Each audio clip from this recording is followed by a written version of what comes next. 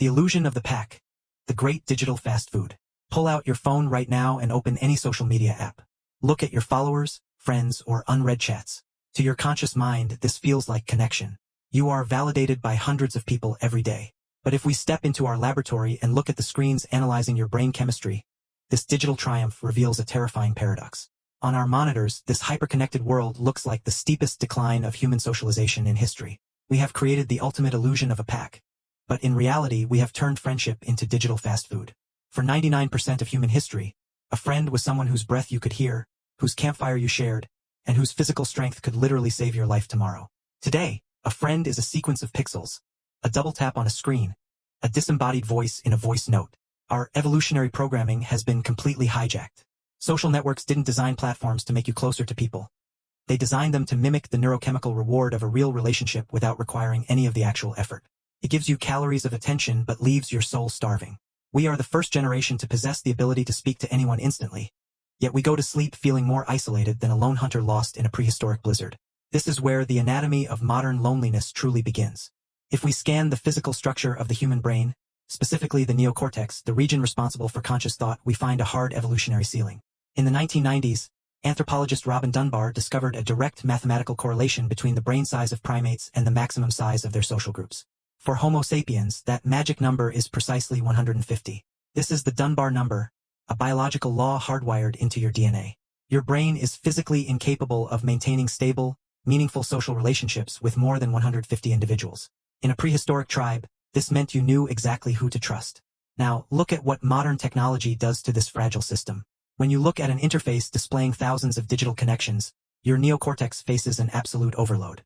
Because the system forces you to process hundreds of shallow interactions daily, your brain performs a desperate defensive maneuver.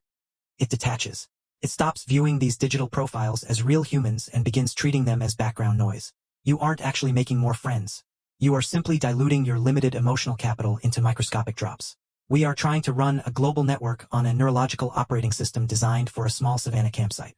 The system is overheating, and the first thing to burn out is our capacity for genuine empathy. Why does isolation feel so devastating? Let's run a neurological diagnostic on loneliness. When you sit in a dark room at night, staring at a silent screen, that heavy ache in your chest isn't just an abstract poetic emotion. If we look at an fMRI scan of a lonely brain, a shocking truth appears. Social isolation activates the exact same neural pathways as severe physical trauma. Loneliness literally hurts.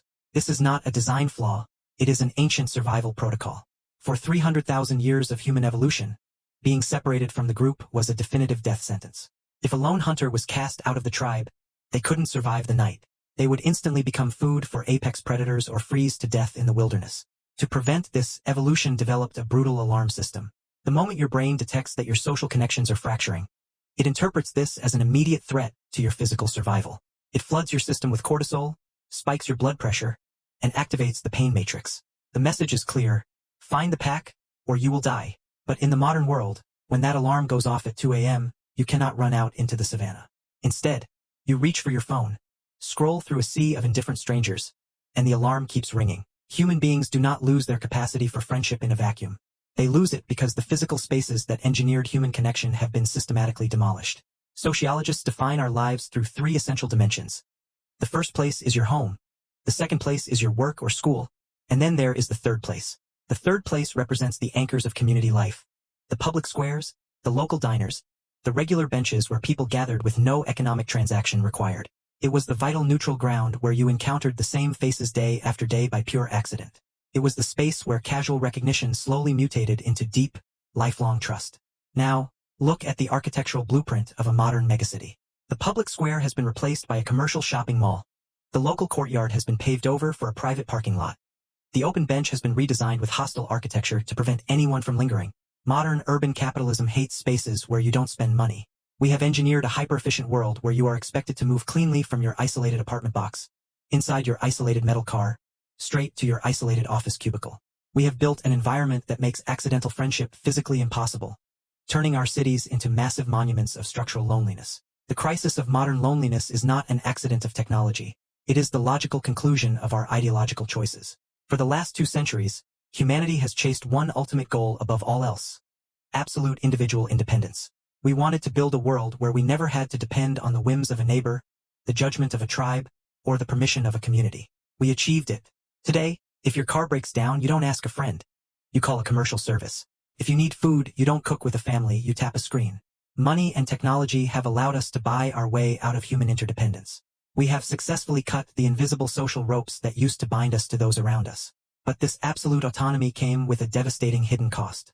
Those invisible ropes were the exact same mechanism that kept us stable, grounded, and secure. True intimacy and deep friendship are inherently messy, inconvenient things. They require you to sacrifice your time and accept the flaws of another person. But in a world obsessed with optimization, we have come to view the effort required for real friendship as an unnecessary burden. We won the battle for individual freedom, only to realize we locked ourselves inside the most comfortable, hyper-connected cage ever built. And the door is wide open, but we've forgotten how to walk through it.